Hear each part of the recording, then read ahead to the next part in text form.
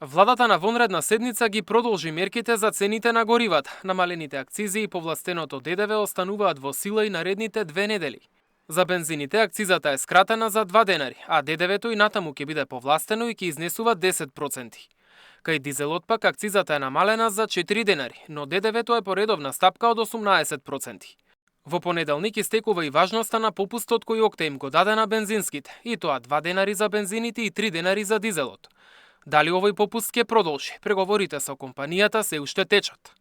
Инаку нафтата на светските берзи вчера застана на околу $109 за барел. Како оваа сума ќе влијае на македонските пумпи, ќе се знае задутре, кога регулаторната комисија за енергетика ќе донесе нова одлука за цените на горивата. Паралелно, Државниот пазарен инспекторат до среда спроведува засилени контроли во синџир маркетите. Доколку се утврди неоправдано зголемување на цените, министерот за економија Дурмиши вчера најави дека ќе се преземат мерки.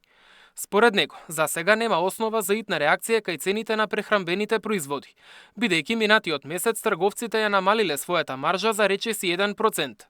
Како една од можните интервентни мерки се разгледува и намалување на ДДВ-то за прехранбените производи од 5 на 0%. Мартин Арсов, Сител телевизија.